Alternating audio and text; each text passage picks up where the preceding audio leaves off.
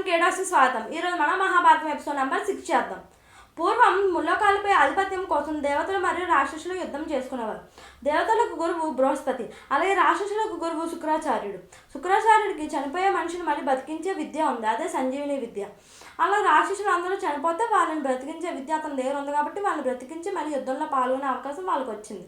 అప్పుడు దేవతలు చాలా నష్టపోయారన్నమాట. అప్పుడు దేవతలందరూ బృహస్పతి కొడుకైన కచుడి దగ్గరికి వెళ్ళి అతన్ని, నువ్వు శుక్రాచార్య దగ్గర శిష్యుల్లాగా ఉండు, అతని దగ్గర ఉన్న విద్యను నేర్చుకొని మమ్మల్ని కాపాడు, మాకు సాయం చెయ్యు అని చెప్పి బ్రతిమలాడతారనమాట. అప్పుడు వెళ్ళి అడుగుతారనమాట. కచుడు వెంటనే అంగీకరించి అప్పుడు వారు వెళ్తారనమాట. శుక్రాచార్య దగ్గరికి వెళ్ళి అంటారు, అంగీరస ఋషి మనవన్ని అలాగే బృహస్పతి కొడుకుని. అప్పుడు శుక్రాచార్యుడు అంటారు కచుడితోని, ఏమని, నేను బృహస్పతి పట్ల గౌరవం పట్ల నేను చూపించి నేను నిన్ను శిష్యుడిగా అంగీకరిస్తున్నానని చెప్తారు. అంగీకరిస్తానని చెప్పగానే తను అక్కడ ఉన్న ఎంతో సేవలు చేస్తారన్నమాట. శుక్రాచార్యుడికి కచుడు ఎన్నో సేవలు చేసి అక్కడ ఉన్న విద్యలు అన్నీ నేర్చుకున్న తర్వాత అక్కడ ఇంట్లో ఉన్న పనులు కూడా చేస్తారనమాట. అలాగా ఒకరోజు తను అలా ఆవుల్ని మేపడానికి తీసుకెళ్తున్నప్పుడు అక్కడ రాక్షసులు గమనిస్తారు. అతనికి ఇలాగా వరం ఇస్తారేమో, ఇలాగా ఆ సంజీవిని విద్య నేర్పిస్తారేమోనని ఒక కంట కనబడతారనమాట. కనిపెట్టి వాళ్ళు అలా చేయకుండా ఉండడానికి ఏం చేస్తారు, రాక్షసులు చంపేస్తారనమాట. చంపేసి ముక్కలుగా చేసి వారిని కుక్కలకి పెట్టేస్తారన్నమాట ఆహారంగా. కచుడిని పెట్టేసిన తర్వాత అప్పుడు దేవయాని శుక్రాచార్యుడికి ఒకరే కుమార్తె అనమాట. వారే దేవయానితో మాట్లాడుతూ ఉండేవారు. అప్పుడప్పుడు దేవయానితో దేవయాని ఆటపాటల్లో పాల్గొనడం అలాంటివి చేసేవారు కచుడు. అలాగా దేవయానికి కచుడి మీద ప్రేమ కలుగుతుంది అనమాట. అప్పుడు ముక్కలుగా చేసేస్తారు కదా. దేవయాని అతను ప్రేమించడం వల్ల ఏమవుతుంది, అతను ఎంతో బాధపడుతుంది. ఇంకా తను రాలేదని చెప్పి బాధపడిన తర్వాత అప్పుడు శుక్రాచార్యుడు తను వెంటనే సంజీవిని విద్యతో కచుడిని మళ్ళీ వెంటనే బ్రతికిస్తారనమాట. అప్పుడు మళ్ళీ కొన్ని రోజులైన తర్వాత కచుడు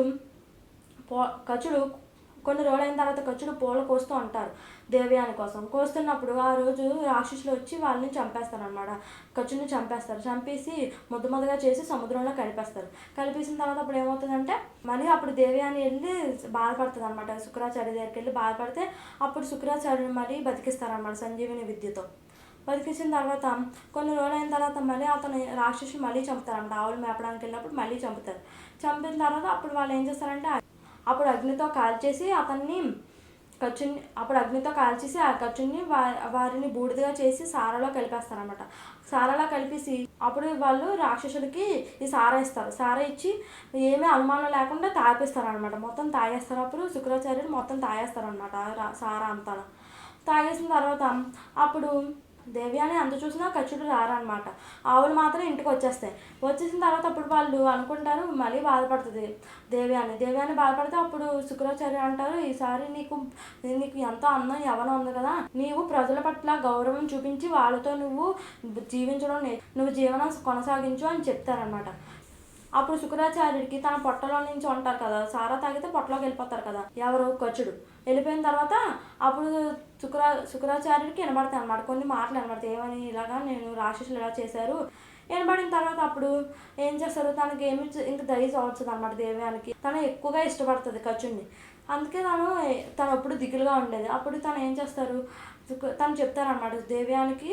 శుక్రాచార్యుడు చెప్తారు, ఏమని, ఇలాగా తన పొట్టలో ఉండిపోయారు, ఇలా సారా ఇచ్చారు రాక్షసులు అందరూ అని చెప్తే అప్పుడు నా పొట్ట చీల్చి తీస్తేనే అప్పుడు కచుడు వస్తారు, అప్పటి వరకు తన కడుపులోనే ఉంటారని చెప్తే తన దేవయాని, నాకు ఇటు చావు అటు చావులాగా ఉంది, నాకు మీరు ఇద్దరిలో ఎవరు చనిపోయినా నేను కూడా మరణిస్తానని చెప్తారనమాట.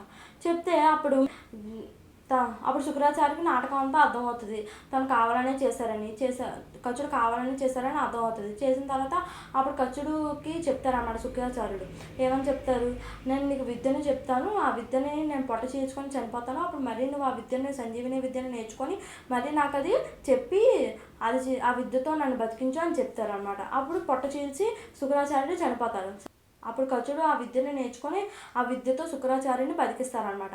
బతికించిన తర్వాత తను బయటకు వస్తారు కదా, బయటకు వచ్చిన తర్వాత అప్పుడు ఇది వెళ్ళిపోతారు అనమాట. అప్పుడు స్టార్టింగ్లో చెప్పిన టైం అయిపోతుంది, శిష్యుడికి గురువు దగ్గర ఉండాల్సిన టైం అయిపోతే అప్పుడు వెళ్ళిపోతారు అనమాట కచుడు. వెళ్ళిపోతే అప్పుడు దేవి అని అంటారు, నేను నిన్ను ప్రేమించాను, నన్ను పెళ్లి చేసుకో అని అంటారు. అంటే అప్పుడు తను అంటారు కచుడు, నేను బ్రహ్మచారిగానే ఉండిపోతానని చెప్పి ఆ మాట మీద ఉంటారు. ఆ మాట మీద ఉండి మళ్ళీ తను జవదాటరు.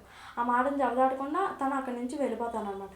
వెళ్ళిపోయిన తర్వాత అప్పుడు తను ఎక్కడికి వెళ్తారు కచుడు, కానీ దేవతల రాజైన ఇంద్రలోకానికి వెళ్తారు. Thank you for watching.